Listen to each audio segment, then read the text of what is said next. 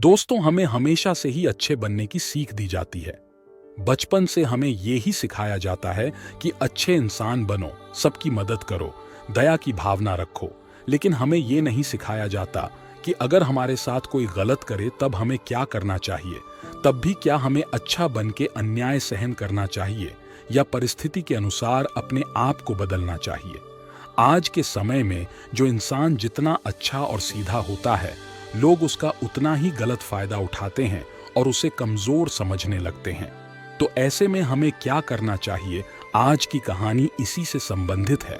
लेकिन कहानी की तरफ बढ़ने से पहले अगर आप हमारे चैनल पर नए हो तो चैनल को सब्सक्राइब कर लीजिए, और वीडियो अगर अच्छा लगे तो वीडियो को लाइक और शेयर भी कीजिएगा।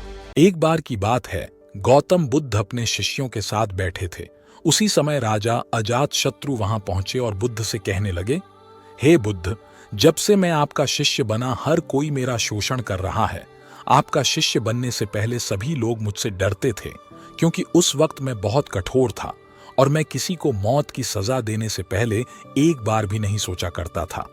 लेकिन आपका शिष्य बनने के बाद मेरा किसी को दंड देने का मन नहीं करता और ना ही मुझे गुस्सा आता है।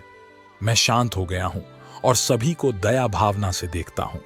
लेकिन कुछ लोग मेरे इस बदलाव का अनुचित लाभ उठा रहे और इसने मेरे राज्य के लोगों को भी एक तरह के खतरे में डाल दिया है।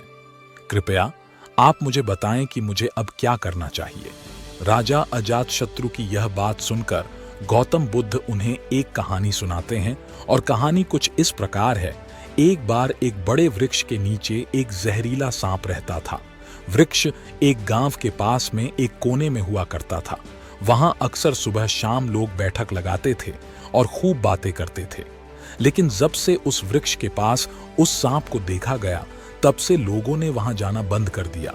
लेकिन कुछ लोग तो जानबूझकर वहां सांप को देखने आया करते और उसे परेशान करते।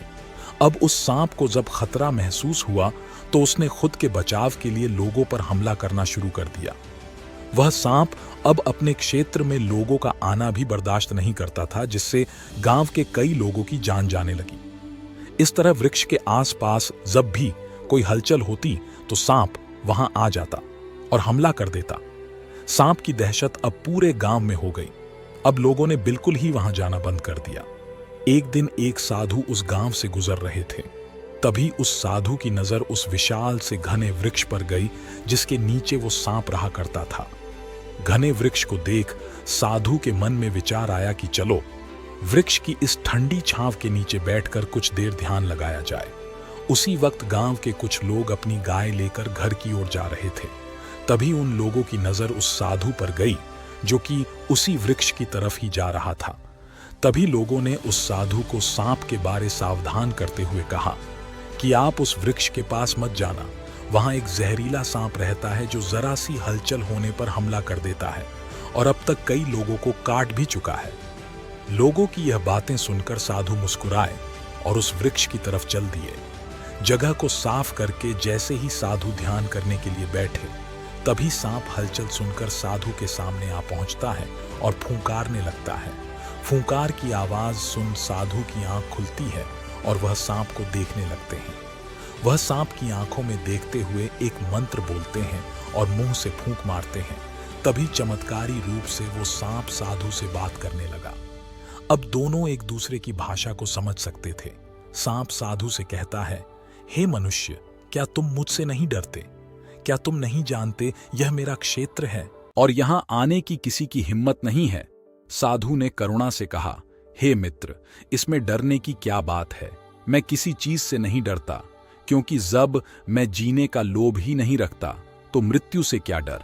सांप साधु की ये बातें सुनकर चौंक गया, क्योंकि सांप की इससे पहले ऐसे लोगों से मुलाकात हुई थी जो उसको मारना चाहते थे या उसके डर से भाग जाते थे, लेकिन वह ऐसे व्यक्ति से कभी नहीं मिला था जो उससे नहीं डरता।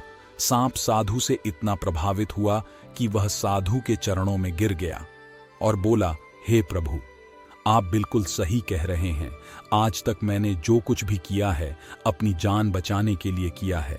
अपने क्रोध के चलते ना जाने कितने निर्दोषों की जान भी ले ली। इसके बाद साधु सांप को बहुत सी बातें समझाकर वहां से चला गया। साधु की बात से प्रभावित होकर सांप ने निश्चित किया कि आज से वह किसी को नहीं काटेगा। वह अपने क्रोधी स्वभाव को त्याग देता है, दूसरों को काटना बंद कर देता है। लेकिन इसका नतीजा उल्टा निकलता है। जब लोगों ने देखा कि सांप ने लोगों को तो काटना बंद कर दिया है, तो लोग उसका फायदा उठाने लगे। जो उससे दूर भागते थे वो उसके पास आने लगे और सांप को परेशान करने लगे। बच्चे उस पर पत्थर फेंककर मारने लगे, जिससे सांप आए दिन हमेशा परेशान और घायल रहता था। वह बहुत दुखी था, क्योंकि वह अपने जीवन का सबसे कठिन समय बिता रहा था। एक बार वह साधु फिर से उस गांव में आए। वह उसी वृक्ष के नीचे बैठ गए। तभी साधु की नजर दयनीय हालत में पड़े उस सांप पर गई। तो साधु ने उस सांप से पूछा कि मित्र, तुम्हारी ये हालत कैसे हो गई? तुम इतने घायल और इतनी दयनीय स्थिति में कैसे आ गए? सांप ने कहा, जब से आपने मुझे अपने हिंसक स्वभाव को छोड़ने के लिए कहा, तब से मैंने निश्चय किया कि अब मैं किसी पर हमला नहीं करूंगा। मैंने क्रोध करना छोड़ दिया और शांति को अपना लिया, जिसका नतीजा ये हुआ कि लोग मुझे परेशान करने लगे, दुर्व्यवहार करने लगे। कोई पत्थर से मारता है तो कोई डंडे से पीट कर चला जाता है। सांप की बात सुनकर साधु ने कहा, मित्र, मैंने तुमसे कहा था कि बेवजह दूसरों को मत काटो, लेकिन मैंने तुम्हें तुम्हारी आत्मरक्षा के लिए हमला करने से नहीं रोका था। कहानी सुनाने के बाद बुद्ध ने राजा से कहा, हे राजन, तुमने भी मेरी बात को गलत तरीके से अपनाया। मैंने आपसे अपने गुस्से को छोड़ने के लिए कहा था, किंतु आप अपने कर्तव्य से भी विमुख हो गए। आप एक राजा हैं, अतः पूर्ण रूप से साधु की तरह व्यवहार करना आपको खतरे में डाल सकता है। तुम्हें सिर्फ अंदर से साधु की तरह रहना था और बाहर से राजा की तरह, ताकि जरूरत पड़ी आचने पर खुद की, प्रजा की और राज्य की रक्षा कर सको।